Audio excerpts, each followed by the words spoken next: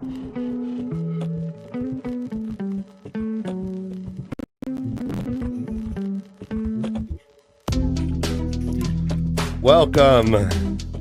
to Tavern Talk. We are a live talk show based on the epic fantasy series Wheel of Time by Robert Jordan. My name is Ryan. Joining me as always my brother Dan. Damn straight. Jansen the Gleeman.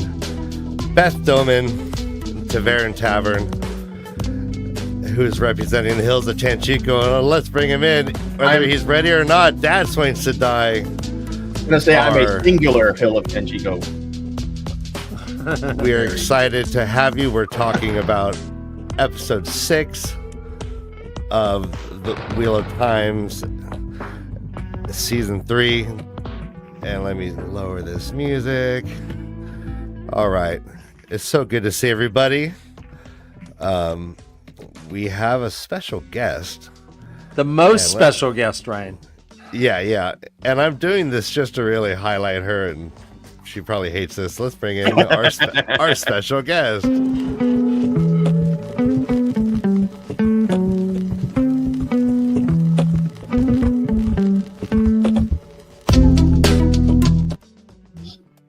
Here. She's Morgan from Podcast for the Dragon. Welcome. Hi. Hi, Morgan. How you doing? What up, Morgan? Can you hear me Hi, okay? Morgan. Yes. We hear you. Great. All right. Yeah, it's been a long time. Morgan is one of our very oldest and dearest friends. I mean, oldest literally. You're so old. It's so crazy. I think I'm the youngest one on this panel. You might. I don't know. That felt is looking like 5 years old, so. What? Felt don't crack. Felt don't crack. Oh dear. It's gonna be one of those nights, I can tell. That was amazing. No, Morgan's been we've been friends for a long time, our show and their show, and I'm stoked to have you back on. It's been too long, and thanks for joining us. Been a minute. Yeah, I'm glad to be back on. I've been doing lots of schoolwork, and it's nice to do something else. So, yeah. I've been enjoying your recaps of every episode. Yeah, it's been nice. I managed to record my reacting for this last episode and not have my cat wailing in the hall the whole time, so that was nice. Yeah, a little diva back there. What do you use, CBD? No, It worked. I decided to take a nap. That's funny. All right. I'm sure someone's going to put your YouTube channel in the description. Matt Steiger's already on top of it. Yeah, Oh, he's there the it is. best. He's the best. You guys don't pay that dude enough. For real. He is so good. What, Ryan? Give me some Matt love. Oh, yeah.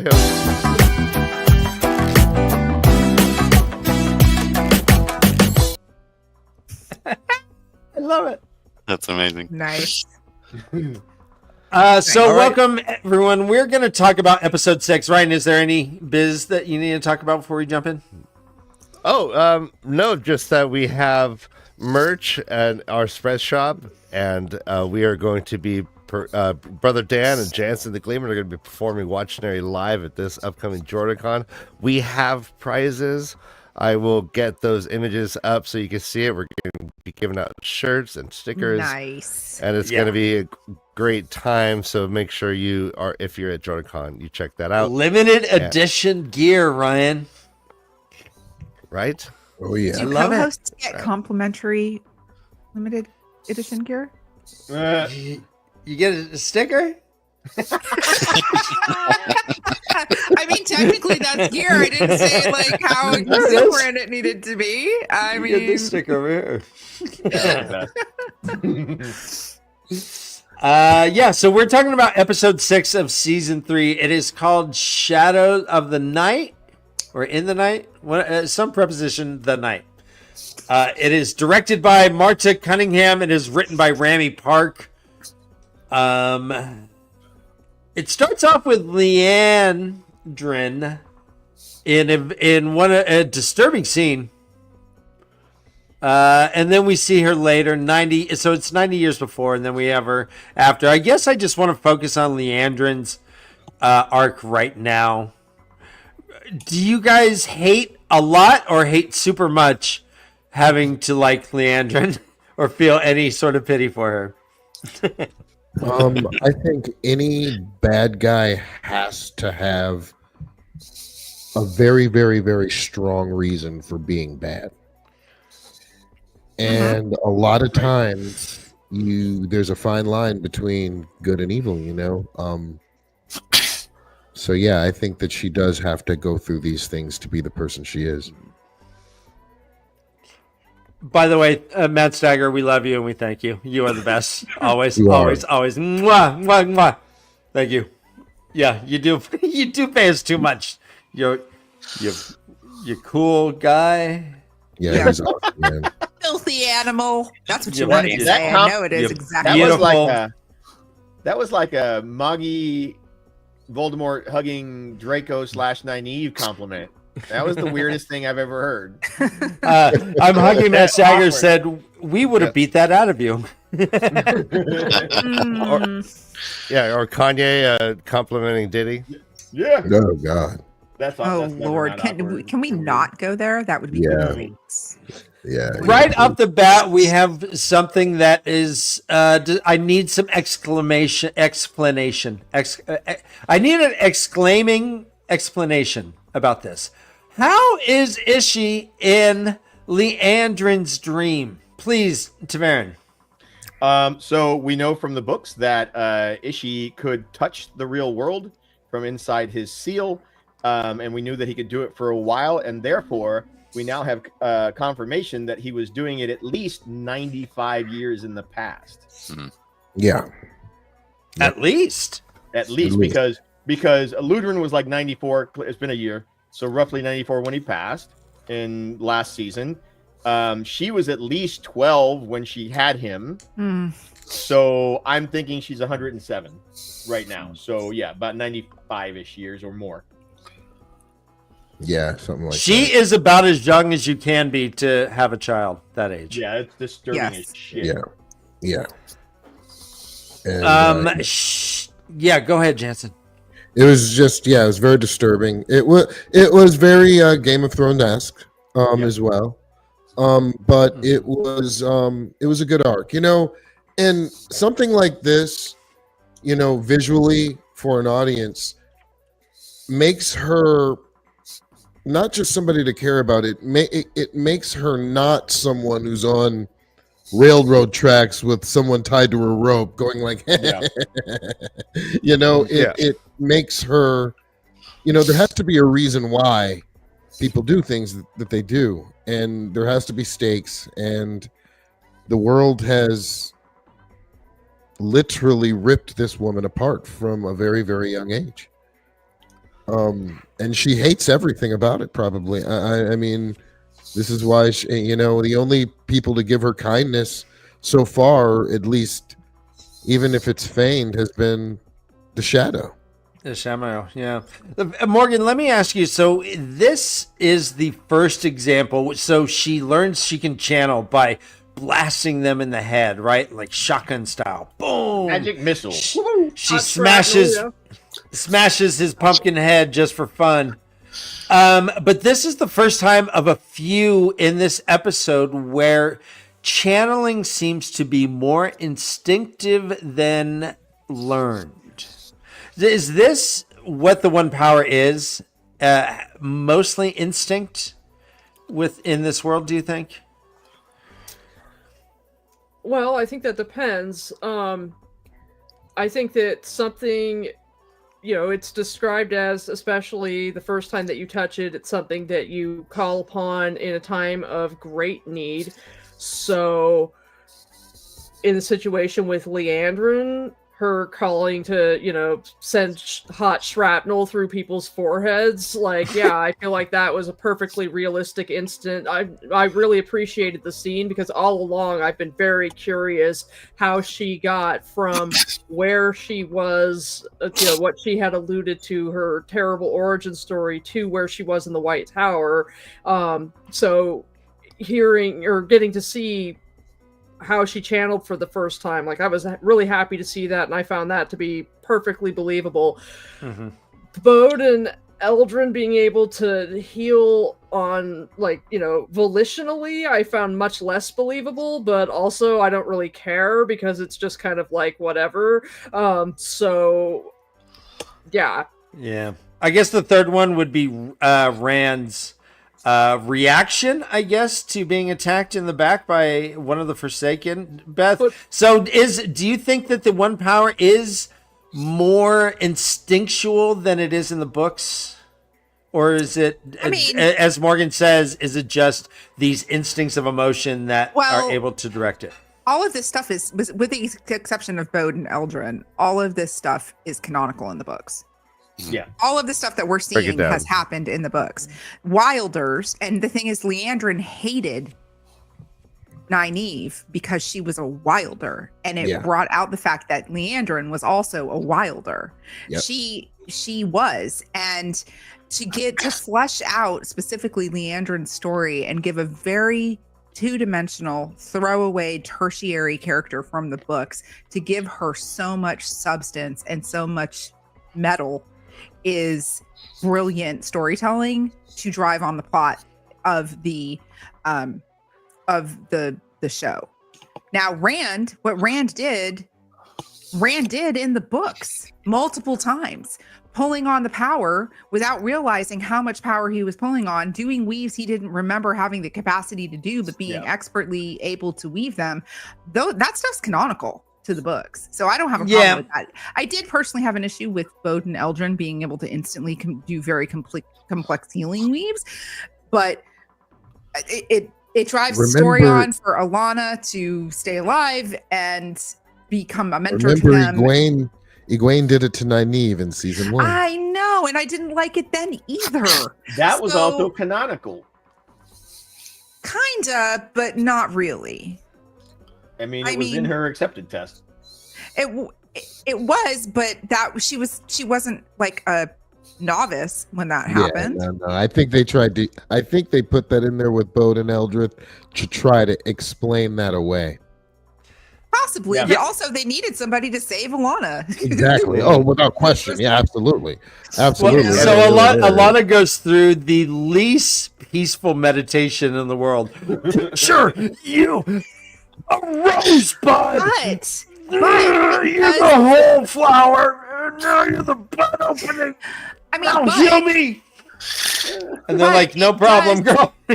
We got you. Hearken to the natural ability of people from the Two Rivers being very strong channelers. It also goes back to Alana being a teacher in the White Tower. If you remember the episode in the kitchens when Nynaeve refused to separate the water, and she drank the dirty water because she was like, screw you. So I mean, it is all linked, whether or not as a book person you can like disassociate the book. That's like when I've said before, like book Beth from show Beth. That's one of the issues. Like that was like a little bit of like a record screeching moment for me. There were two of those in this episode. It was like, I was like listening to really beautiful music, and then all of a sudden it went like a guitar string broke or something.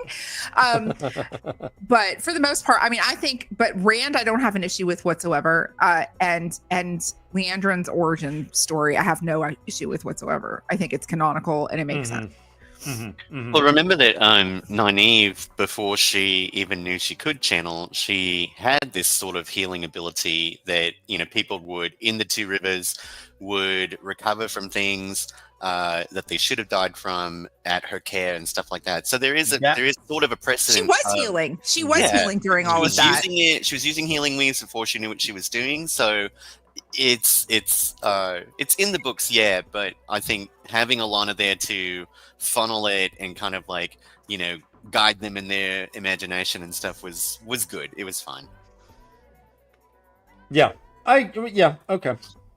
I have a question, at least about what you guys said about Rand, knowing everything. Now, when Rand went through Rhuidean, and from what we saw the 6 to 8 lives that we saw. Do you believe that Rand lived more lives?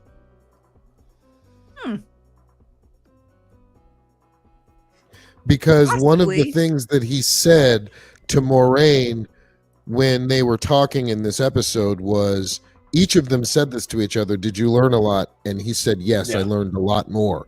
So I was thinking, did he just live the lives we saw, or did he live other lives where he possibly could channel, where he was loose there, and where, any of those stepping, or is this the first time, do we know any of those things? That's my question. What do you say about it would have been his bloodline. Maybe we didn't see every generation all the way back to the Age of Legends. Surely we didn't, but that may be what he's referring to on the viewer's behalf. Yeah, and it wouldn't have been loose there, and you're right. No, you're right about that. Absolutely, it would not have been loose basically, he's saying, a lot more happened in the columns that you didn't get in the episode, is what Rand is telling us, basically.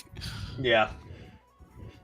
Let's talk about Tanchico. Oh, go ahead. I'm sorry. Yeah. No. I want to talk about Tanchico too, because this is my favorite part of this entire episode. Okay, so there's more or less, it's Nynaeve and Elaine, Min and Mat. And Min and Mat, they're like, all right, we're going to go, you guys go gamble. Or no, Mat and Nynaeve, they're like, we go gamble. No, Min and Nynaeve are hanging out. Elaine is with Mat. Anyways, they get drunk, they sing songs, they dance, they find Tom. Let's talk Tanchico. In the books, Elaine is one of maybe my second favorite character. I love Elaine has everything in the writing. She has comedy, she has sadness, she has happiness. She grows, and just some of the things that happen to her are hilarious. Like, even if they find a way to carry this, by the way, this is a spoiler alert, guys, just to let you know. If they find a way to carry her through the palace in a bed, I'm going to laugh my ass off.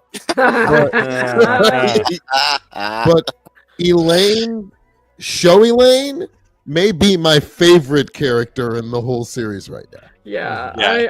I was gonna say, I felt like Ferris stole season 2. I think Kira Kavani is stealing season 3. She's just great. Yeah, her song was awesome. Her accent was fun. I wouldn't be able to identify a princess in a lineup, but apparently more people know what the Andor royal line looks like and can pick them out in a bar. I thought that was bullshit, but whatever. But we find Tom, and Tom certainly can, and we buy that. Mat spills the beans to Tom again. Tom wants nothing to fucking do with it, but ends up accompanying with his sour minor chords playing The Hills of Tanchico. And gets the bar. How many times do you think they sang that song? Like 12. I think that's the only song that Nynaeve knows, or LA knows. 12. Yeah. At least 12 times. Well, the crowd kept asking for it, so yeah. What do you guys think, Tom Odian? No. Absolutely not. No. Okay. no. So there is this little tiny book reader elephant in the room, that is the little tiny elephant that's sitting on Tom's head. Yeah, the hat. Yeah. So now, I'm afraid that they're doing to Mat with the hats what they're doing to Piran with the axes. I think they're just like teasing us with these hats. Well, they've been doing that all along. I mean, we got Matt with the quarterstaff. Yeah, right? why would he put that hat on Tom? And why would Rafe Judkins put that hat on Tom Merrill? Yeah, but I mean, think about it. Look in the crowd. There's at least 4 more of those hats. Yeah, totally. But still, out of all the hats that you can choose from for this show for Tom Maryland, that hat. That hat's actually not wide brimmed enough for Matt's hat. I know. That's why I think they're teasing us. Yeah, but it's not Matt's hat though. No, it's not. Hat. But like all the axes that we saw Perrin fighting or fighting against weren't his either. You know, like, and that's why I think they're just teasing us with those, like giving us. Oh, I love it. Yeah, go ahead, TAVERN. So they've been teasing us with endgame stuff for a while, right? So we got the quarterstaff scene with Mat, but then we get the dream version of Mat holding up this 2-foot bladed dagger, saying Perrin made this, which I'm going to call it might be the end of the Ashen Diary, because we've gotten the pole and the blade now. We get Perrin forging an axe in his dream, which we know is going to be his weapon of choice. And we've gotten Rand's endgame, which is what Cadsuane showed up to teach him, was to be human again, to laugh, to smile again. And we get that both in Lan and Melindra's conversation, right? And then we also get that with Rand, where he's talking about, laughing, and he's joking around, he's sitting around talking, joking with the little girl and all of that stuff. So they've been subtly hinting, throwing book readers clues left and right. At least that's the way I perceived it. Yeah. I think they're doing that. I think now's as good a time as any. I came up with this thought that's a little grim, but so we had Alcera, I think her name was. Yep. She's like, Randall Thor, here's my squash. Do you like my squash? And so he has toe to her squash. Was this foreshadowing to him having toe to her getting squashed? Wow, dude. That's horrific. Hilarious, but horrific. Okay. Not even hilarious. All right. No. Oh Yep. I'm sorry. No. Well, I guess we're just terrible. But yeah, we're just. I'm gonna laugh at that. Sorry. I'll take the hit. I'm laughing at that one. Hit the like button. Did he meet his toe then?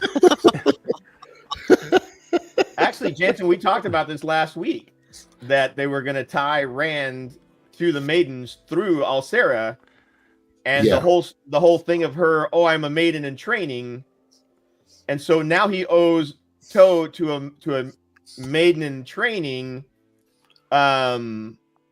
Yeah, that's how they cemented his ass to the Maidens. And well, I also hear that story. I don't think you're right. agree with that. I don't. You may be right. What I think, though, is something a little more subtle. I think that she's going to be the first name on the list. Well, no, that's a guarantee. Mm-hmm. Yeah, I was really hoping they wouldn't do the list, but yeah. But I get it. Like, they may do the list like once, but he may rattle them all off. You know what I mean? Okay. You might not be something. Morgan, sorry. Can I ask Morgan, go ahead, why you're upset about the list? I know it's a thing. I'm just curious. Well, I don't know. I just find it kind of obnoxious in the books. I suppose if he makes a list and it's not just women, then it will be not so tiresome. And if they can present it in a way where it doesn't take up too much precious screen time, and they can present it in, so a succinct fashion where it's emotionally impactful, then it might be all right. But otherwise, that does happen. That happens in the books. He starts remembering everyone's name. Yeah. But I mean, I don't think he does until Brandon starts writing it. I always kind of divide. I don't really canonically. I always have a before and after when it comes to stuff like that. So yeah, I guess I didn't think about that. No. Mm-hmm. I was just curious because I was thinking about this the other day, and I was thinking about the whole conversation where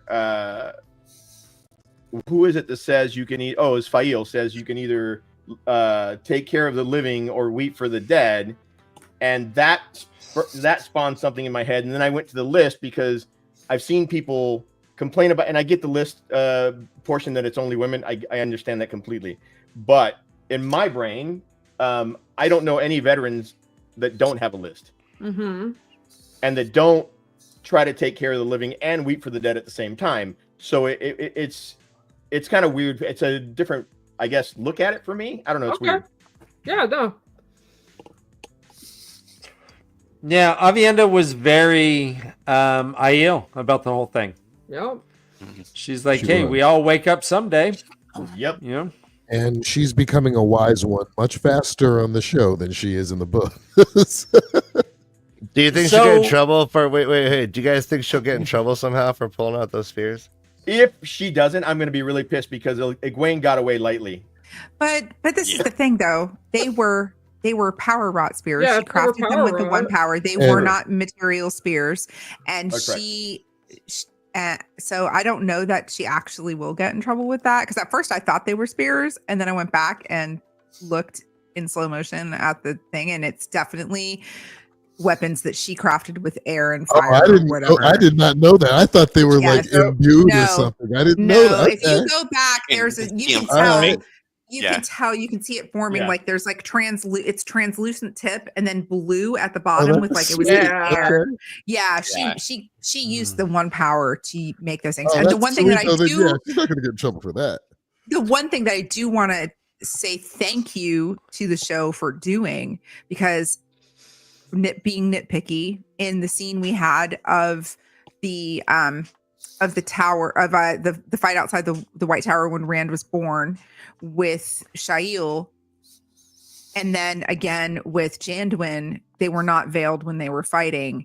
She veiled herself with her shawl when she wielded these weapons, and I love that they did that that little thing, like she was truly a maiden. And so I appreciated that a lot. I thought that was so cool because it hung in the back of my mind. I'm sure it had something to do with television and something that I don't know about television. Having them unveiled, but having Aviendha jump in already veiled, ready for the fight was it kind of like put closure on that for me. And the only to clarify, the only person unveiled, and I made this mistake on stream and said that they were unveiled, is Janduin was the only one that was unveiled. Everybody else had a veil on. Everybody else, right? Yeah, right. And the only reason I could think of was special effects needed some props, and they needed to make sure that everybody saw that face. Yeah. Right. Yeah. Morgan, is Rand going to go back and pick those squash? I think that the squash are probably. I don't know. Did they get destroyed with everything else? I'm guessing not. They don't have any more time to. If the squash are not destroyed, they don't have any time for that. I feel like most of my disappointments are always to do with the fact that they don't give them enough episodes. Because if they could have just a little 5 minutes extra here and a little 5 minutes extra there to let the episodes breathe, or give a little bit more attention to, like, oh hey, so and so was learning, so it doesn't seem like just all of a sudden Shazam, they know how to channel, that would be nice. But I don't blame. I feel like with the amount of time that they are allotted, they do such a good job trying to write this epic fantasy into television and show it. Then so I'm at this point, I am the least book cloaky I've ever been this season. I basically just am sort of like meh about whatever annoys me in the moment, because I'm more and more just sort of like, they aren't given enough time, so look what they do with the time that they've got. But no, they're not going to pick squashes. So let me ask everyone: is Sammael still alive? I guess just yes or no around the horn. I want to say no, but now I want to say yes. I say no. Okay. I'm saying yes, and I say yes, and I think he's taking Asmodean's place. Don't throw shit at me. Yeah, I think exactly the same thing. I wish he were, because I want to listen to that guy talk more, but I think no. Yeah. I think he's definitely. I thought he was dead, but now I think he's alive, because I thought it over and over again. And somebody needs to show Rand how to do his thing. I think he's still alive. No, they don't. They don't need that in the show. They do not need that in the show. So Rand is killed. Already started to do that in season 2. Yeah. They do not need a mentor for Rand in the show. It is not going to happen. Yeah, no, look at him. Yeah. That's Like, Sammael you don't- went out. Beth, you don't think he might be a plant by like Nope. Lanfear, and they made a plan together for him to be caught? Sammael went out like Bilal went out, like a puff of smoke. Okay. Yeah. Yeah, okay. Go ahead, Morgan. I think that they've done some beautiful job just like trimming plot lines throughout this season, which I just chef's kiss really appreciated. So I feel like completely trimmed the long, dull build up to the invasion of Ilion by having what amounts to the raid in the pass in book 4 have Sammael show up as well as everyone else, and Rand just right then, and he dies with as little ceremony as he dies. Oh wait, never mind. You're thinking Rand. I was like, what's our spoiler level? Never mind. Anyway, so anyway, Sammael is basically not really that important, and especially if the way that they're trimming. So I'm beginning to suspect, depending upon, is the 4th male Forsaken Demon Dread or is he Moghedien? And I'm beginning to suspect he's probably, I want to say Demon Dread because I'm wondering if he's Mazrim Taim. He is! But the little statues showed a dude with a guitar. But who's to say that that's not Demandrin and Asmodean put together with Demandrin's name? Or maybe it's Taimodian. Maybe it's Taimodian and not Taimandrin. Asmandred. I don't know. That's a good point too. I thought about that. So I suspect that we are going to have the whole thing about Logain training him earlier on, or serving that kind of purpose, take up this particular space, because that dude looks dead. I watched it again. He got His lightning knee is zapped. bent at a weird angle. He got got lightning zapped a whole bunch, and Abby stabbed him. So, yeah. I mean, keep in mind, we are talking about a show where people have seemed very, very dead. Oh, that's right. Wait a minute. And Lanfear got brought back. So Yeah, but Lanfear had the Dark One's favor. He had the Dark One's favor. Sammael does not. He does not. They need to get rid of some of these extraneous Forsaken. They are putting way too much focus on Lanfear and Moghedien and Robin by de facto. So Sammael is a throwaway character. I was about to say I will eat cheese on this stream if he's not dead. But then my bladder or my digestive system would hate me for a week. So I can't do that. But we don't want you to do that. Well, I guess I got a question, okay. Speaking of Sammael and how he died, what is happening here? Rand is shielding himself. Oh my god! Yeah. And doing the lightning. blackness. The blackness while not is even decaying. looking at the person he's zapping with lightning. Yeah, he dismissed Sammael like he was. Like, he didn't even freaking give him the decency of looking at him. He beat his ass without even looking. Yeah. So this is part of my issue. So Rand has defeated 2 Forsaken. One of them is Sammael. It seemed like there was not very much danger. He just slowly put his sword into his chest to kill him. This one, he didn't even look at him. So again, was this just all instinctive? Which Rand in the book does have a lot of instinctive channeling, but it seems like he was pulling his darkness away from him, or this thing was very confusing, but it didn't seem like it was no big deal at all. It seems like as soon as Sammael showed up, whatever, he would have been crushed by rocks. There's also, I think a lot of people have noticed that while Rand is sort of transfixed on these lightning weaves, there are whispers or voices kind of floating about that people have picked up on, and I think that is probably what he's actually transfixed on, not necessarily the weave itself. I think he's kind of like, what is this? What is I'm hearing or whatever? And he's forming the lightning, and there's a few things in there that I was kind of like, the whole fact that the weave is going through something and coming out the other side was, a little teaser on the back of my head. I guess my issue is that both of these times it didn't seem like Rand was in very much danger. This didn't seem like it was dangerous to him at all. Dude, he's just Yes, that Well, I powerful. mean, he's definitely in a heightened sense of like something's going on. I mean, Right. shit. Okay. So this is let's take a step back. Ishamael wanted to die. Yeah. Yes. He, 100%. he planted himself because he's going to come back as Moghedien in one way, shape, or form, or he's going to be reborn as Ishamael again. Spoiler. I love Oh, whoops, shit. Sorry. Anyway, so who?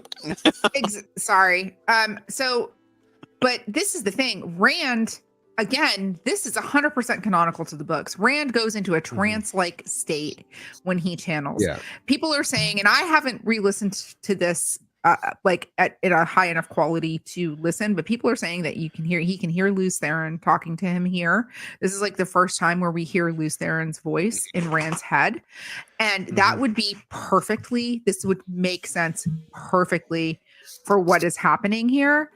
And this is the first time we truly see madness from Rand. This whole scene right here, in my opinion, I know, Dan, you did not love this episode.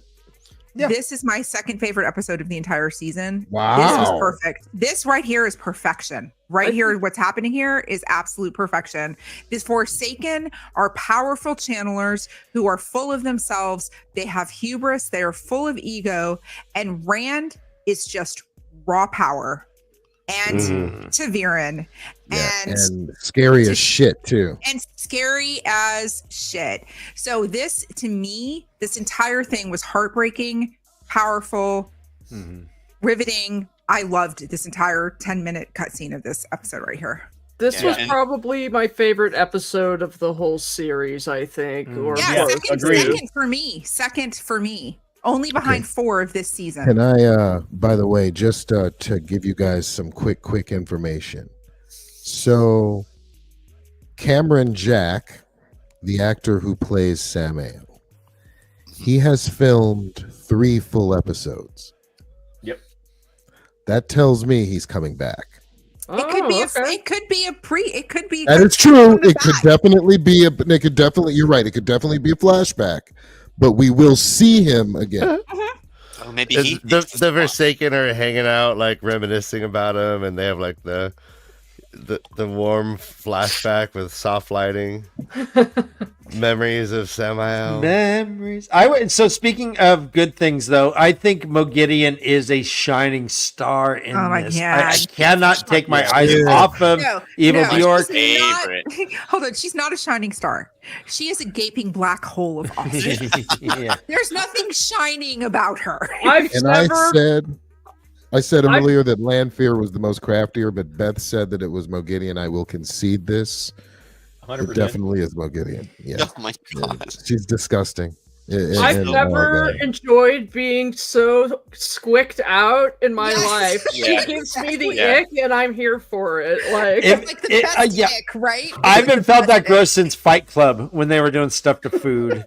She's just so like Laia Costa, the way that especially in that scene where she's done compulsion on Elaine and Nynaeve, and the way that they played the girlish, whatever. But if you watch Moghedien in that scene, she's just so, they're like, we're not even nice to die, and she's like,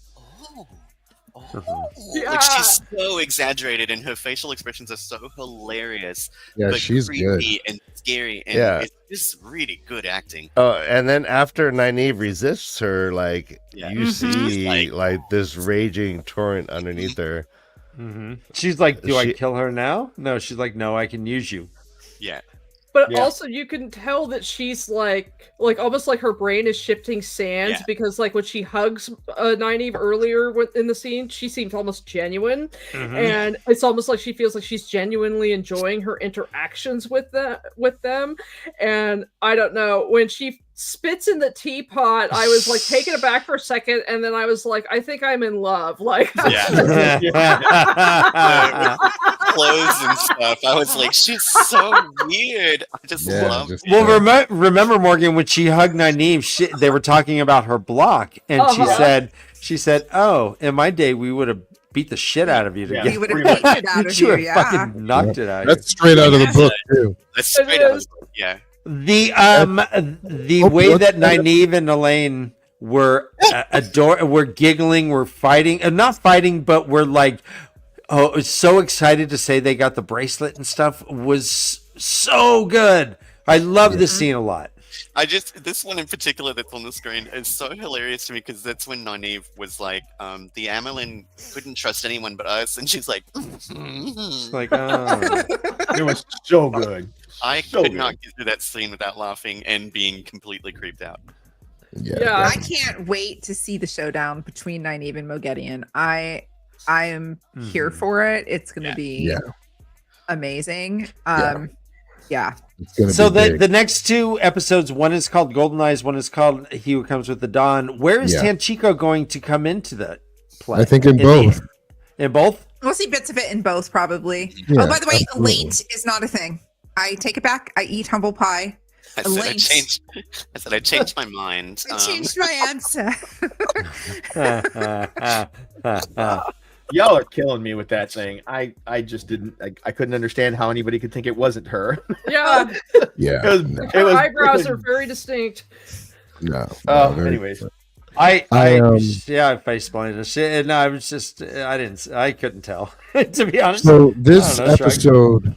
episode, I had mixed feelings about it, but it was a very, very large setup episode for what's to come. They put a lot of work into the setup with the White Cloaks, and we haven't talked a lot about them yet, but they put a lot of setup with them, and we got somebody that we have been talking about last week and we've been looking for, and we got Pat and Fain back. Yeah, we did. Yes, we did. And he looks even creepier than he did before. Mhm. Yeah, he made it. Even Valda looked uncomfortable, which I'm Yeah, here yeah. for. Make even Yes. Valda uncomfortable. So Yeah, that was pretty good. Yes, Yeah. okay. So that was probably like my third favorite moment. I had so many favorite moments in this one. But seeing Good. Pat and Fain, this is what was so perfect about it, right? Like he is overlooking the two rivers with his coterie of dark friends, right? Yes. And he's whistling the same song he whistled when he rolled into the two rivers in episode 1, season 1. And then when he comes up with the White Cloaks, he's like, "Where are your reinforcements?" And they're like, "You're really bloody." He's like, "We had some problems with some Trollocs, but never mind. We had our problems with the Trollocs. Were actually our Trollocs took all of your White Cloaks and killed them all, and we're wearing their uniforms covered in blood." I love how they are taking that to insert him into the White Cloaks, as opposed to him going to Pedro Nile and becoming This was Ordeith my and that question entire earlier. thing. Yeah. Yep. So that was my question so, earlier. So the reinforcements of the White Cloaks are all dead. I think it's pretty safe, and they are pretending to be the reinforcements of the White Cloaks. Yeah, see, that was my question. So we're not. I Like don't he think was we're wearing going an to Edgar suit. No, I don't know that we will we're see not- Pedro I now. And Yeah, none I of don't those think so. none of those dark friends have like the proper military haircuts, Exactly. which is why they're all looking at them like, "Who are you, these dirty hippies?" Also, I loved seeing the Trollocs in like bright daylight. That was really Yes. good. These And like really apparently- docile. They're just standing around. Go ahead. Apparently, that's Millie Skane. The actress, yeah. Oh, so- wow. Where is Millie Skane? Is the character accreditation is Millie Skane or Oh, yeah. Cheyenne? Cheyenne. So, which is really cool. But the thing that I really like about this is again, I've said numerous times that this show cannot make every person who's a bad person be a dark friend. Mhm. And the fact that it's pretty clear that Eamon Balda is not a dark friend. He's just a Piece of shit. I would say if he was like in today's time, I'd say he's a misogynistic. Oh yeah, he's horrid, man. terrible I mean, person. I He's love a the actor. terrible Though. person. He's a Yeah. terrible person, but he's not a dark friend, Yeah. right? Yeah, You can be a terrible person and not pledge yourself to the dark one. So Yeah. I love that they're Elida. keeping that balance, right? Elida, exactly. Hey, I'm appreciating that they're not trying to make us like Elida. I was convinced in the beginning that they were going to do with her what they've done with Leandrin and Lanfear, where they were gonna, but they're not. Yeah. They're just letting her be herself, and she's awful. But I respect her. I respect her. You know what, Morgan? Give it time. Yeah. We're gonna get some sympathetic story about Elida. I guarantee it. Yep. Oh yeah, we definitely will. We definitely Go ahead, will. TAVERN. Thanks. I'm trying to abide by the rules that were set before the thing. Well, I love the theory that Elida went through the Tower of Genji. What are you doing? Hold on, Ryan. I called it TAVERN. We're following the rules. My bad. No, Well, you know, there is the Foxhead doorway. The doorway is in the tower. Cats. So she didn't have to go to the Tower of Genji. She just went to the 13th depository. Well, I guess she Yeah, would've okay, yeah, that's what I meant. Yeah. been in that tower by going through that doorway. Is that what you meant, TAVERN? And that's No, why she got the shape. I'm not talking about that at all. I'm still on the freaking White Cloaks, which was what I thought we were discussing. Uh-huh. And then cats happened. So the Dark Friends looking the way they do plays right into the books where the White Cloaks that were with Fain were all disheveled and not very military. So it fits perfectly that they're imposters and not actual. But in the book, they were tainted children. by the dagger. Right, they were corrupted children, children of the light. The other thing, when Fain is actually looking down upon the two rivers, there's a huge change to Emmons Field, and that is a giant wall that has been erected around the village. They put up palisades, I guess is what they're called. I Palisades, didn't notice that. Yeah. Over to the left, you'll see a spike, like a wall of logs that they've erected because they're being attacked by Trollocs, and they've been being attacked by Trollocs. So that was really cool. Mm-hmm. I had something else, but I lost thought because my hand was up like 20 minutes ago and I forgot. Oh, No, you're good. TAVERN. No, you're good. I'm just trying to think. I couldn't remember what the hell it was. You know, by the way, was Corrupted Tanchico, Children though. is opening for Death Cab for Cutie next week. Nice. Go ahead. Yes, Aaron. No, I just. Do you think that the spiky things were put up by the White Cloaks that are in the Two Rivers? Oh yeah. Or were they put up by the Two Rivers folks themselves? Those No, are I think defensive. That's definitely by the Two Rivers folks. Yeah, Two Rivers. That's my thought as well. Yeah. Because they're defending themselves, not only, remember, the Trollocs, but they also have the White Cloaks, and they don't want the White Cloaks. The White Cloaks have been running through their town. We saw that happen at least once. So the White Cloaks know about it. But I doubt that if they're kidnapping Aemon's Fielders, that they're going to try to put up walls for them. Yeah, I wasn't quite Well, sure. now that Natty's been burned, there's no way. I mean, it's all out war now. Oh, yeah. I can see futures for everyone else but Matt. I can't see what Matt's future is in these next two episodes. Morgan, do you have an idea what Matt's going to be doing?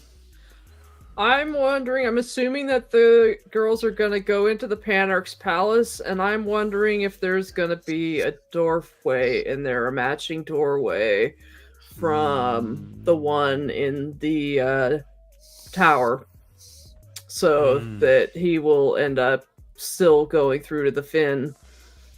I think that our book minds tell us there's only two doorways, and I wonder if the show might include like a third one because they just need to. Or yeah, Beth. I'm standing by my prediction. Matt's gonna get hung. Tom and Nynaeve are gonna find Matt. Nynaeve's block is going to be pushed aside, maybe not broken, but she's going to, her big channeling moment is going to be saving Matt this season. I'm still ride or dying on that. You don't think it's Min, and that's, I mean, I think the whole reason. No, I think Elaine is going to make Min her warder. I don't think they're going to do, something's going to happen with Min. They're going to get rid of Brigitte, and Min is going to become Elaine's warder because Min and Matt have the same kind of friendship that that Brigitte and Matt have. I don't think they're really going to bring Brigitte in that way. And I think they're going to make Elaine is going to save Min's life by bonding her as her warder. And that's going to cement a relationship between Min and Elaine. And Elaine and Aviendha already have a relationship. And the three of them with Rand, it will be more cohesive. I don't hate that. I don't think that at all. It makes sense. That's what it's processing. It's like you can see There's a lot to process in that statement. I mean, there's a lot to process. Well, we have No. Here's. Oh, go ahead. No, I'm sorry. I'm sorry. I'm just right in the back of my head. I remember reading an article where they were saying that they had cast Birgitte when Matt blew the horn as sort of a whoever, like, no shade to that lady, but like whoever, and then it would have been difficult to cast her then and then make her wait like 5 seasons to cast her again, but it was indicated that Birgitte would show up again. But now I think maybe she will show up as just somebody who's helping Elaine. Oh, you've got me all confuddled now. It was a little. So he said in chat, you can't picture Min as a warder, nor do I think she'd want to be one. But Birgitte didn't want to be one either. But have we seen Min fight? Min can fight. We have, but everyone here. Min can fight. I don't doubt that Min can Yeah, fight. I'm sure she can take care of herself. Let me ask you guys a question. Do you guys think in the coming up episode, when Piran's asleep in his dreams, he may see a fairly handsome Asian man that has a resemblance to Lan? I was not cast in the show, so and I'm not Asian, so I appreciate the thought. No, I mean, because of Luke. He didn't say very. He said fairly. Because of Luke, because of Luke. You know what I mean? I know. I'm baffled why they have Lord Luke in there now. Exactly. They have to have him there for a reason. Go ahead, Morgan. I think that Lord Luke is supposed to be kind of like an amalgamation of both Lord Luke and then Lord Gan and Lord Orban in book 3, because he's kind of like a braggart and like, lucky for the people of the Two Rivers, I've dealt with white cloaks before. Like so he's almost just like a callback to the shitheads that were in the village where Perrin meets Fail for the first time. Yeah. So they were like all kind of part of the same group. But I don't think he's actually anybody important. He's just part of a crew. He's of Lord hunters. Farquaad. Yeah, More basically. Luckluster. Luckluster. He's just a shithead. Yeah, we had somebody call him that on our shows. Lord Luckluster, Lord Lukewarm. There's a ton of them. Great question by Uber Spearmint. Well, Yes. Aaron, pick up the sword. Okay. I for some reason thought I saw a picture on the internet. Hold on. Go ahead. Why are we going to be talking about episode 7 stuff when we still have a bunch of stuff to talk about in episode 6? Okay, yeah. I'm sorry, but we're on limited time and we have barely talked about the Two Rivers stuff. Predictions. But yeah, you're right. Yep. Yeah, you're right. I'm trying to bring us back on the tracks. And we're talking about this show, and I remembered what I was talking about in Tanchico. Okay, so we're still talking about the Two Rivers. Here's a bombshell they threw at every book reader out there. Yeah. Fail's Lady Bashir. I don't want to hear The this. Lady Vera Fail the top. That was bullshit. is a dark friend What and did you killed her brother. Killed her brother Patrick? Is that his name? Patrick Bashir. What do you think You about killed my that? brother. it's Prepare Patrick to Bashir. die. It's Patrick Bashir. Now, she did not mention what I noticed she did not mention was that her father also died. So there may be a Davram Bashir / Rhuidean Teralda character out there somewhere. So our non-book reader thought that she may be lying. Go ahead. I'm sorry. Go ahead. Dan. No, I'm Ooh, that's a good being point. I'm being a slut for Perrin. Look at those arms. Oh, look at those arms, right? They're like my legs. I said hi. Oh my God, you're right. She could be lying. What? Okay, so I was upset about that as well, right? Because it was that was a huge deviation from the books, and the fact that I love Fail's mom in the book. She was fucking great. So yeah, it's weird. That was a weird turn of events. I'm not really sure. The lying part would be amazing, but In the books, they didn't lie at this point to each other. They told each other. No, and they're being fairly honest. Like me, he told her I'm a wolf brother. This is so unlike anything in the books, right? Yeah. So they're being so freaking honest with each other that it's kind of weird. But I don't know. I think she's being truthful when she says that her mom was a dark friend, and I think that it's going to be interesting if they bring her on the show later on and they run into her, because now we know that would be a confirmed dark friend that they're running into, and that could cause its own level of freaking problems. Either it could be a confirmed dark friend, or that could be the reason for the slap. Yeah, I'm more worried. I'm more worried about Alana bonding Perrin than anything else. I don't think. Oh shit! Oh shit! Yeah, that's what I'm worried about, because she did say she's looking for an army, and Perrin is about to lead an army. We just saw those arms. Yeah, and those arms were E for extraordinary. Well done. Muy fuerte. Muy fuerte. See, you know who I have a theory, and this is a little bit deep. This is a little weird. Of course, Jansen theories are always weird, but my theory is that Alana is going to bond her warder's new boyfriend, Aram. You think she's gonna? No, come on now. You don't think Aram and freaking Maxim are gonna? I think that Maxim's the best person to teach him the sword too. Oh, I'm sure he'll teach him the sword. I'm sure he'll teach him the sword. He'll be But able to- think about it. If you think about it, it actually makes some sense. You know, It well, does. she does You make don't- sense. that does make sense. So here's a theory for you, Jansen. Since you like weird theories, and we're in the Two Rivers, how do you think, or what do you think about the theory that the Coffin twins or the Wonder Twins, shape of Aes Sedai, form of, are going to cast even more during the battle, and I think they're going to be oh, I can't think of the right word. Pivotal. Pivotal. Thank They're you. gonna link. Pivotal Are they gonna in link? some sort of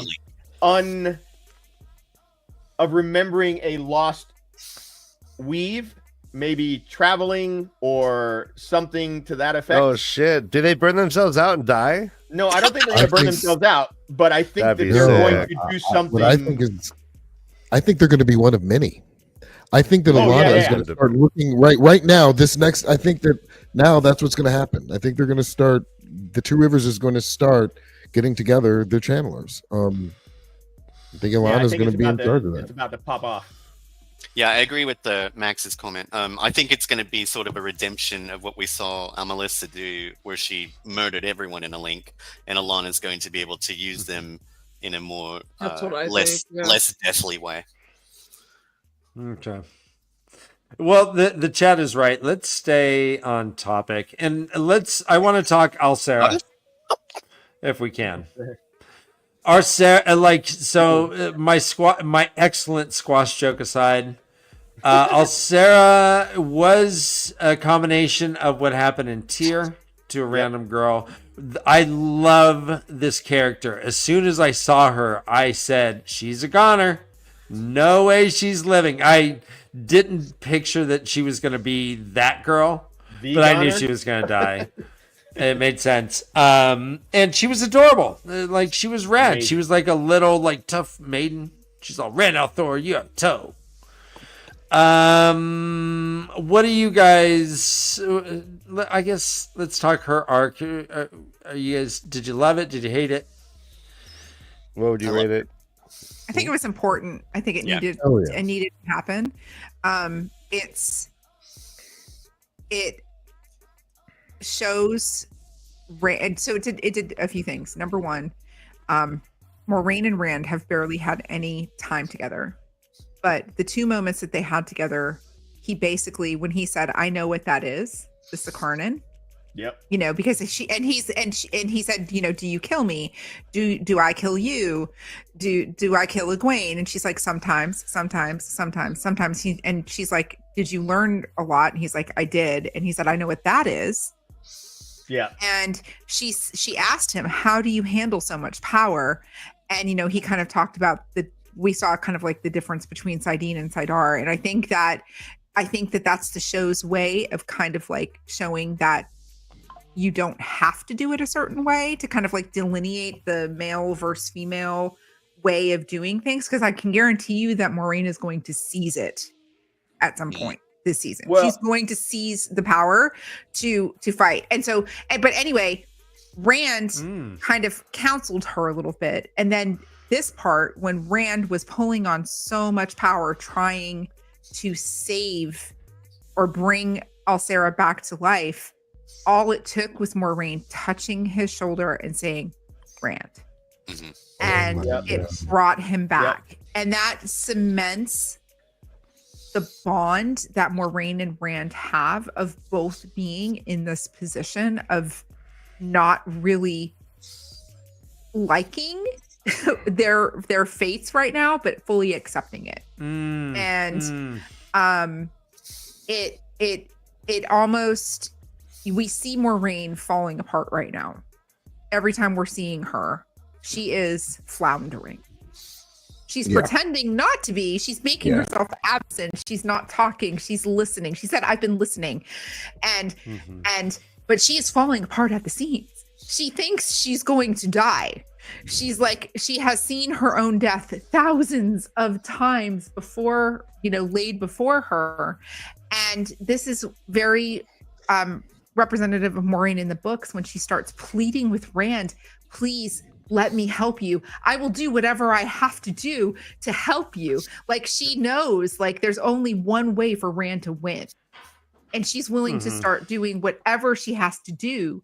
And we see that kind of subtly happening with her change since Rhuidean. And I really love that. And Rosamund Pike, it's subtle. It's not overt, but it's brilliantly done.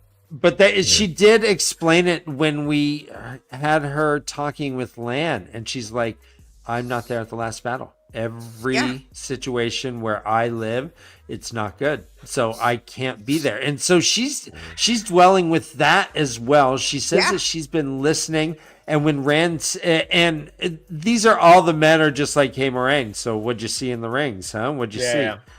And she is like, he's like, did I do this? And she's like, almost like fighting back tears and saying, sometimes. Every response was sometimes, meaning that, yes, not only did I see that, but I saw it a few times. She saw everything. She saw everything. Remember this. Remember what she said. The White Tower has to bend knee to Rand al'Thor.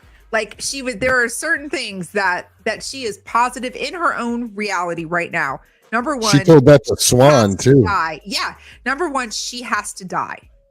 Is one of her reality. The second is that the White Tower has to bend knee to Rand al'Thor. And the third one is that Rand has got to live to the last battle. He has got to survive. And so she is going to do whatever she can to set up Rand for success in her absentia. And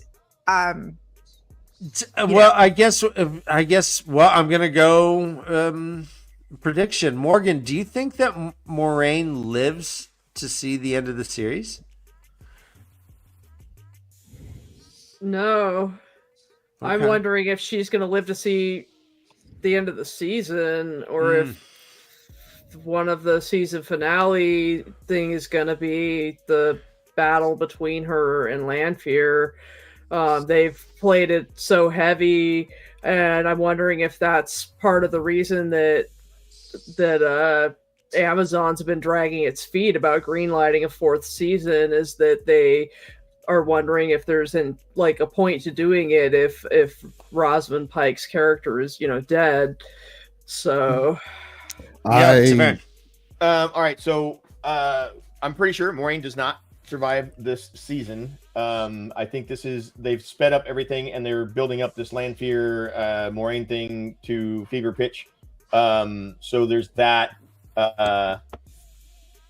I also, what was the other question you guys were asking? It was about Moiraine, whether she was going to die, and whether I guess about her seeing that she can't live to see the last battle. Yeah. She kept saying, I think it's a play on words, because she kept saying, I'm not at the last battle.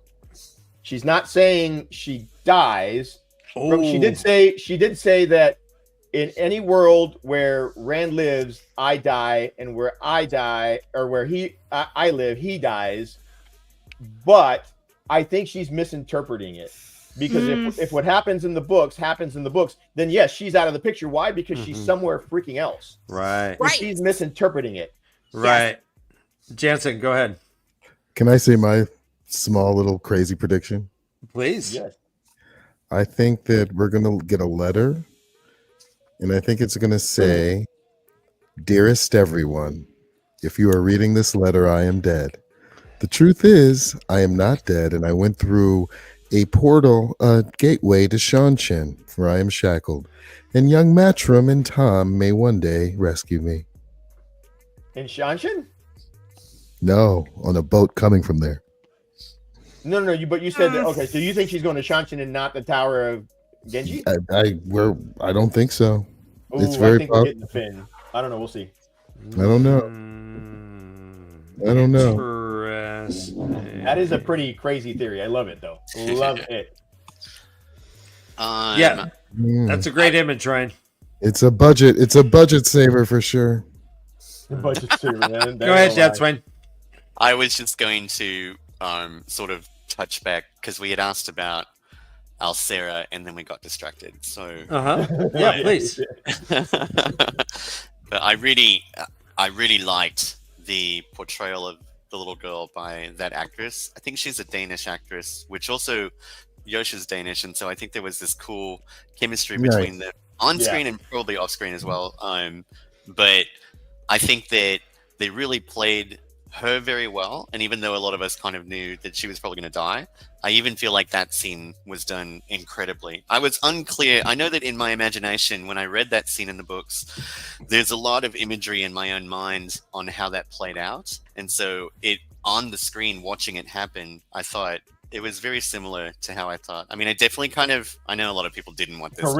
I kind of wanted Zombie Girl because it's so horrifying. It's horrifying. It's horrifying. And I love the way that Maddie, Egwene and Aviendha are back there just like their shock face, like their body everything. And then even Moiraine, where she's kind of like, when I read this chapter in the books, the lines that struck me the most were Moiraine going like, "Rand, you can't do this. Like you're violating life. You're violating this girl in her, the natural passing or whatever."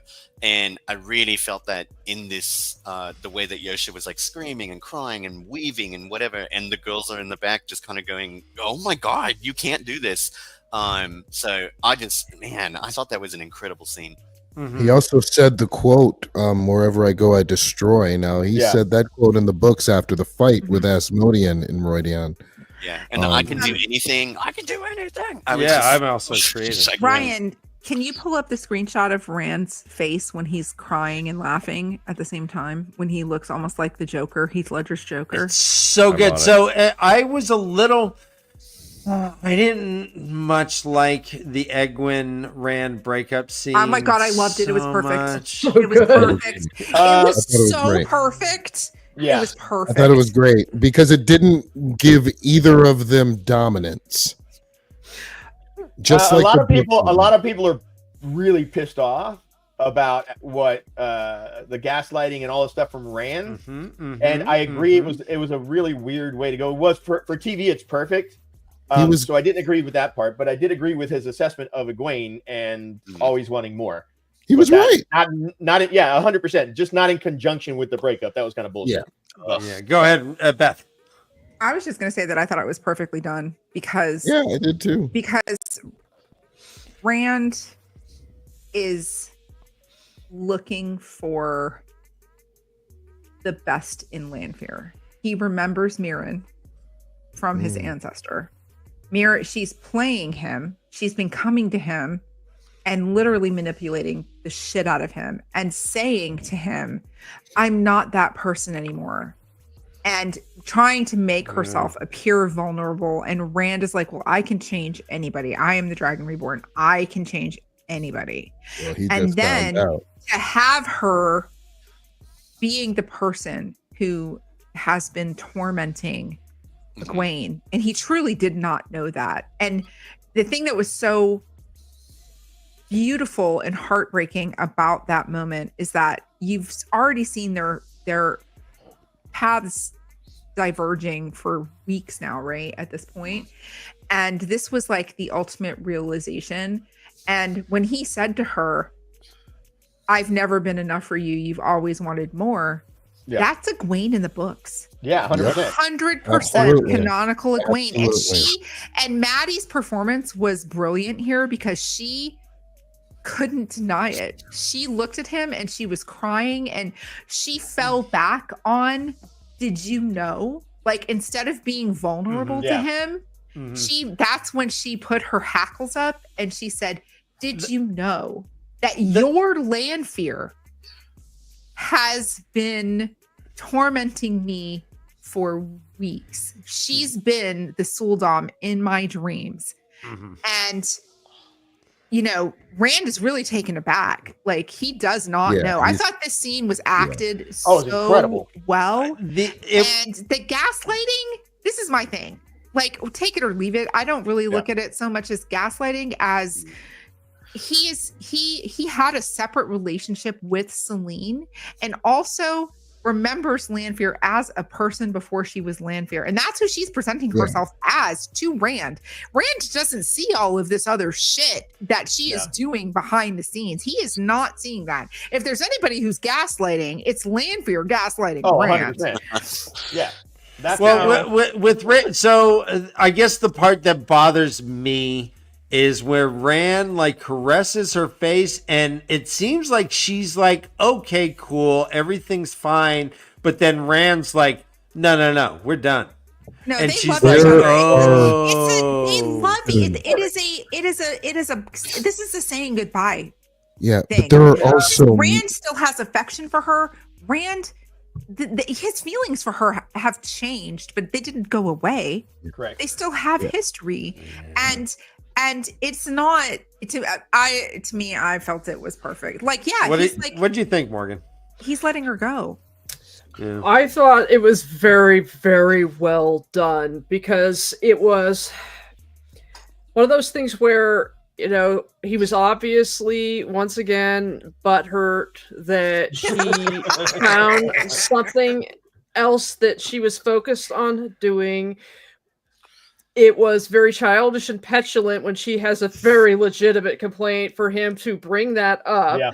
Because it's like, gee, how dare she find something to entertain herself and not spend all day focusing on you? It was at least nice of him to acknowledge that he respects the fact that she wanted more than just to, you know, be married to him and have, you know, a family and the things that he wants. Yeah, I do feel like this scene right here was a goodbye. So yeah, I thought it was well done because it was sort of like, you know, he wasn't over the top blaming her while at the same time he didn't take full responsibility.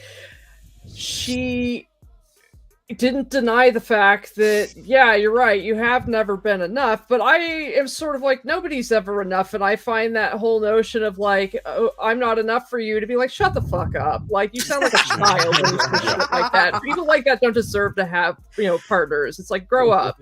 So it's like, I don't have any patience or sympathy for someone who says shit like that, like, shut the fuck up. So it's kind of like him. That's amazing. It is a shitty thing to hear also, I'm not enough for you. And it's like, well, no, I really like you. I mean, I don't know what does that even mean? Yeah, it's like, okay, I love you, but gee, I want a career. I need hobbies. I need you to not be breathing down my neck every second. No, you're not privy to my every internal thought. I'm allowed to have, you know, yeah, it's like, no, I'm my own individual person. And so, and I feel like him wanting to make excuses, and it's one of the reasons why Lanfear's the creepy cougar. It's like she's been manipulating him and gaslighting him this whole time and doing this whole thing where it's just like, I know all the darkest parts of you, where she's just basically trying to all along be sort of like, you're not actually a good person, Rand, so you don't get to judge me because I'm a piece of shit. We're both kind of the same. And it's just like, she's the worst. She's the worst. Yeah. And I was But she's hot as fuck. She's hot as fuck. Yes, everybody I volunteer as tribute. Everybody really hot. Yeah, that's true. Everybody in the show is hot. Yeah. So she's the second hottest behind.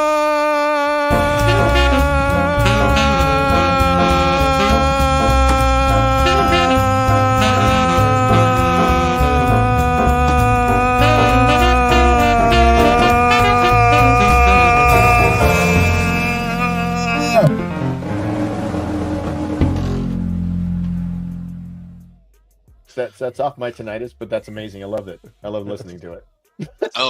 This actually, I like this photo too. There's a different angle, and you can see. I love what Natasha is doing in this scene, just with her face. That she changes when she's with Rand, it's softer. It's like the makeup, whatever. The makeup. And then, but even just the way that she is somehow changing her face when she's looking at Egwene, it's evil, it's angry, it's Lanfear. Oh yeah, and they are getting some good use out of this set. She's like very sharp. She's sharp and aggressive with both Egwene and Moiraine, but especially with Egwene in that scene. It's like he does know. Don't you dare tell him. Because, dear God, if he were to find out, then he'd be real upset and you'd ruin everything. And so... Don't do it! So why hasn't she just killed Egwene in her dream? She was about to, I think. I think she was about to take her ass out. She may have, Tavern might be right about that. I think that... she has to weigh. It's like if Egwene dies, then Rand is going to be mopey and sad, and she's going to have to deal with the fact that he's not going to, be very functional. And so she's working with other ways of telling Moiraine to keep. We learn in the episode that she tells Moiraine keep Egwene away from him. And then presumably maybe Moiraine was behind telling the wise ones.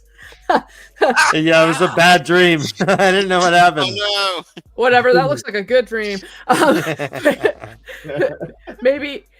Maybe Moiraine suggested to the wise ones that they have Egwene come and go stay with them, because if Lanfear was telling Moiraine, hey, you should have Egwene, keep Egwene away from Rand, basically, like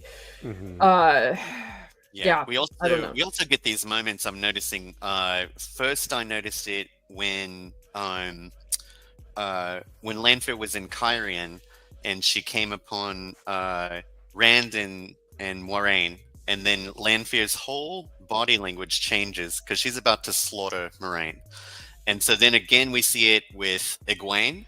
When she's like, if he ever found out about whatever, and she didn't get to finish her sentence when Lanfear's entire demeanor changed, and she's like, grabbing her, and so you see these hints of. You've even seen it with Moghedien when she had her in the web, and she was like, "You do not want to fuck with me," basically. And so I just love that we're starting to get this sort of unraveling, unhinged Lanfear moments that I think are going to kind of come to a culmination at the end of this season, where she's just going to Lanfear out.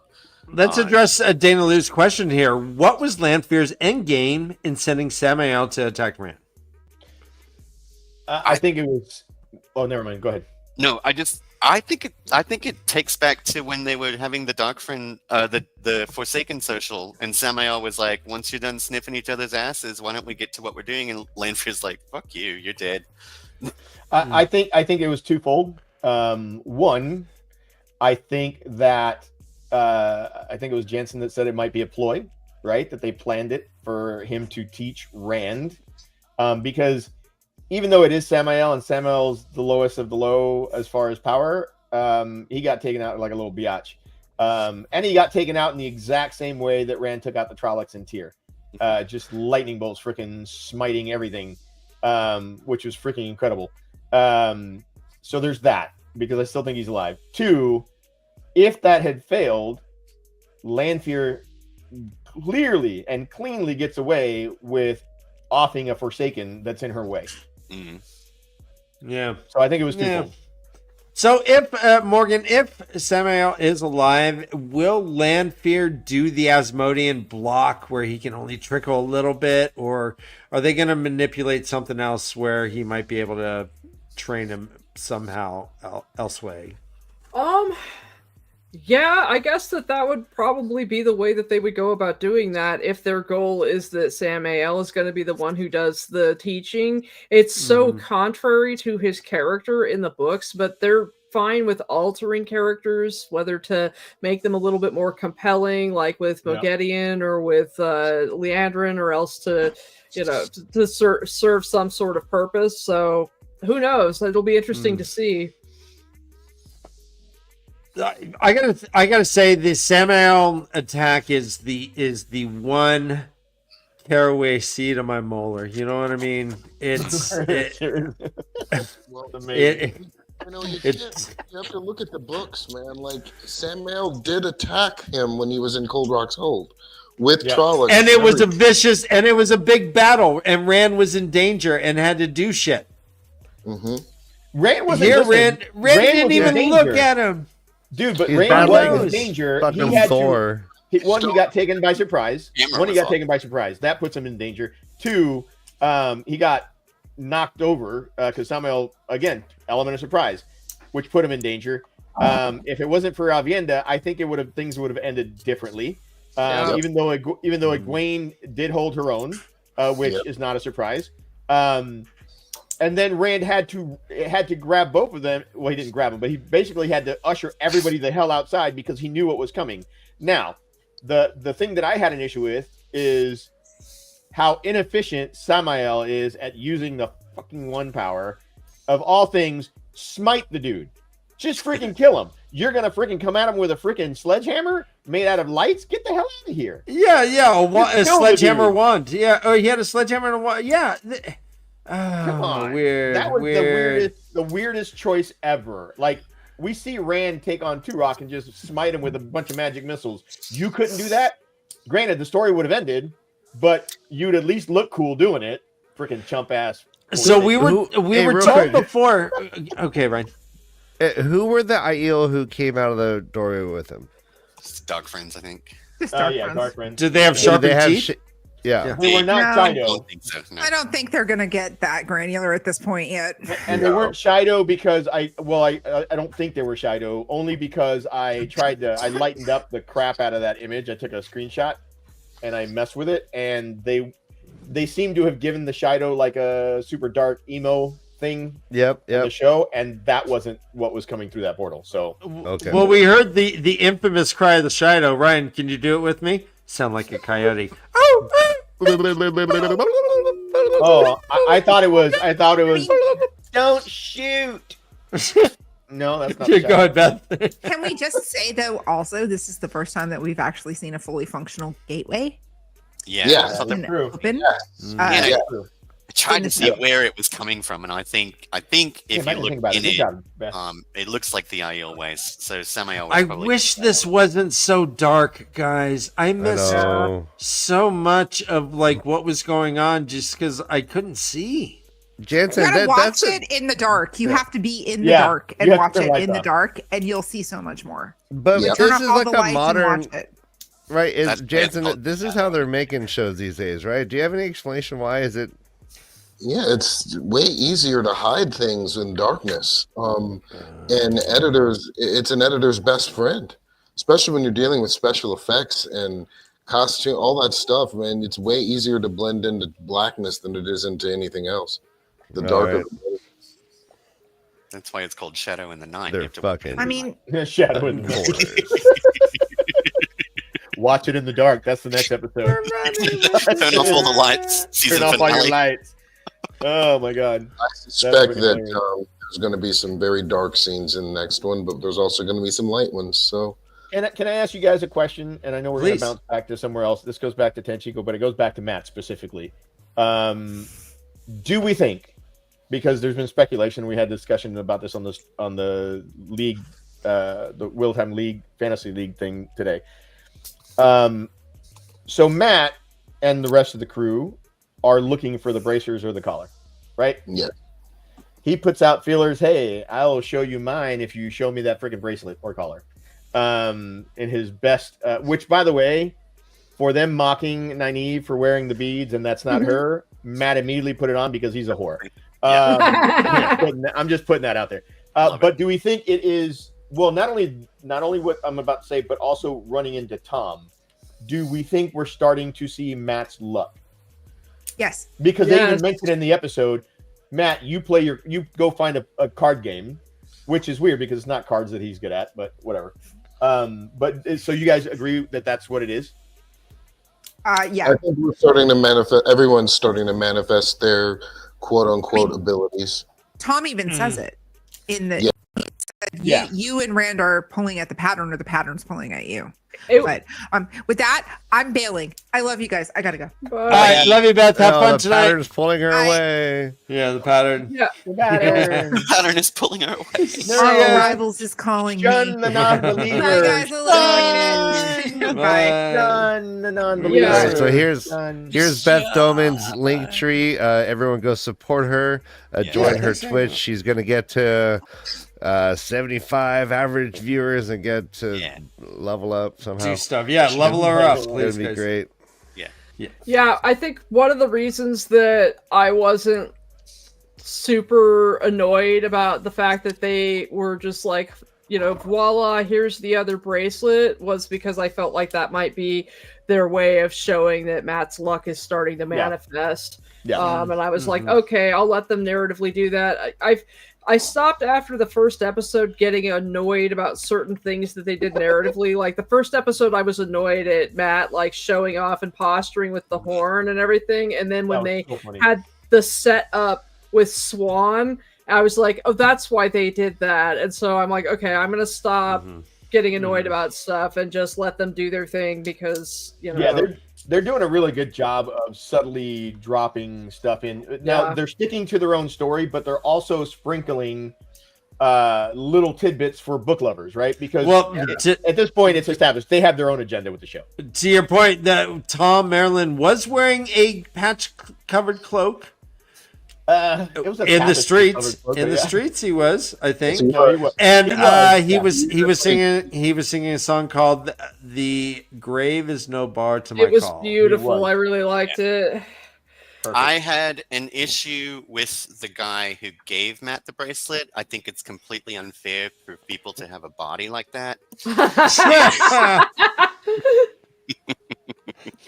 Yeah, he was kind of slinky, wasn't he? He was a so swimmer. Ripped. I was like, stop it, get off my screen. He's a water polo player, right, Ryan? That guy had the maces of Tanchico. He had the hills of Tanchico. the plateaus of Tanchico. The washboard. The washboards of Tanchico. I was laughing because I was like, if they do what they did in the books to Grendel, when they give her final arc, they're just gonna cast some like mega body and be like, "Ew, she's so ugly." Everybody's freaking hot. Like everybody. Everybody's hot. This episode was the first one to lead to the maybe Rand and Aviendha got something going on. When they were in the garden, it seemed like there was some intimate moments there. Suddenly I was like, okay, all right, I can see where this is going. Yeah, Aviendha's changing. I think we mentioned that earlier. Like she's sort of embracing her role now as someone who will have to eventually cover an entire Aiel hold as a wise one. And so I think when you were watching her observe Alcera, and she kind of had her, her little moments of like chuckling and watching how Rand handled having Toad, even to a child. I think we're starting to see Aviendha start to embrace that journey for herself. And she's not only that, she's embraced what the wise ones have tasked her to do, which is remain near Rand al'Thor from morning till night. I mean, she popped in to that friggin' fight so goddamn quick, right? It was insane. Yeah. What else about this episode did we not talk about? I was going to say, I think it's really cool the way that they have sort of made a small progression with compulsion, where we saw Naomi do a really roughshod version of just drilling into people's minds and wiping it completely. And then Leandrin is like, I've fine-tuned it a little bit, and we didn't really get to see what she did with it, but it did look different a little bit. And we even got an explanation about the Forsaken being better at it. And it looked like a drill still, but it was a little bit more refined. And then we saw Moghedien do her compulsion, and it looked very refined, and the effects of having Nynaeve and Elaine just completely in her hands, and then at the end she was able to dissipate it, which is something that the other two, or at least Naomi anyway, was not really able to figure out in her right. With Alcera and Naomi, we lost two of our tiniest characters. Yep. Also, in this scene that you have here with the Magi compelling them, I'm glad you brought this up because I was actually going to talk about it. Two things. Nynaeve fighting off or trying to fight off the compulsion was unexpected and beautifully done on the show. Yeah, it was great. Because that came out of nowhere. Because that whole scene, I hate to use the word wholesome with Muggy in it, but it was so, how cute. Oh, you can't help but smile during I it. know, Like it was they're so giggling and you good. just want to giggle. And Loved it. And then she went to get the bracelet and Nynaeve just, nope, you're not getting it, like in her head. And I'm like, oh shit. So that's one. That's going to be exceptional. That's going to, because Nynaeve is going to be completely and utterly pissed that Moghedien was able to do that to her. Yep. Two, I brought this up. Yes. I think we were talking about this earlier, how Moghedien was going around doing chores and whatnot, right? Which is going to come back because I violating food safety issues. I totally think that once that power dynamic shifts, that she's going to be back to cleaning freaking floors and shit, and I'm going to freaking love it. And she's not going to, because that's what happened in the books. It's going to be freaking amazing. How they had her, go ahead, Morgan. How exactly does the Black Dodger not realize what she's doing to their underwear? It's so good. She's the ripping. It's so good. She's like chewing through them and shit. Like, it's one thing when she's like sniffing their panties, which is already really weird, but it's like, but it's like when she's fucking carrying it, it's like, what is she supposed to tell them? Oh, it must have gotten caught up in the washing machine. You know what it reminded me of? It reminded me of Hannibal Lecter. I was like, that's freaking amazing. I think she's gonna blame it on Chesmel's cat. Okay. Okay. I think it's gonna go. I'd be right. I like that. Yeah, Hendrickson, thank you so much. Yeah, Jansen's red mic getting some love. Looks like the tug from History of the World Part 1. When it starts off, when all the cavemen are just beating it, and then fall because they're beating it. What are they beating? What exactly? They're beating it. Beating it. You know what they're beating? They're beating Bella.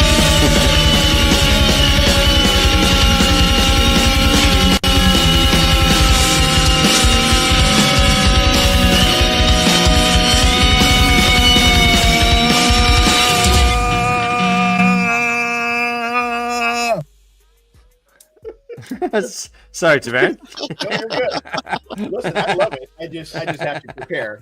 And it always catches me by surprise. Oh, my God.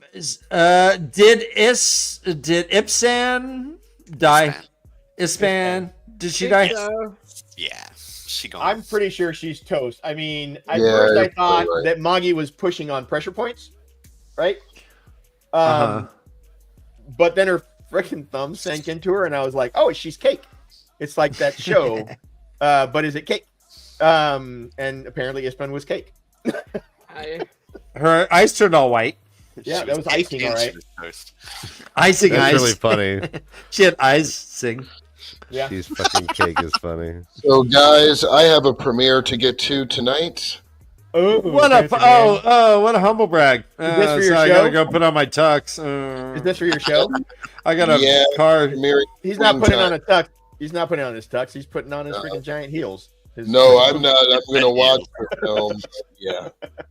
Awesome, man. Congratulations. I'm so freaking proud of you. I'm very happy for you. Yeah, let's go ahead and wrap it up. Morgan, Podcast of the Dragon is both a podcast and a YouTube show. Please, guys, I would love for her subscribers to jump up a good 8 to 9 people. 8 to 9 of you. Get on it. Podcast of the Dragon. You guys are going to be stoked. Morgan's insights are second to none. We like intellectual things, and seriously, her breakdowns are a masterclass in breaking down a story and its character arcs. I love you so much in what you're doing. Excellent. Thank you.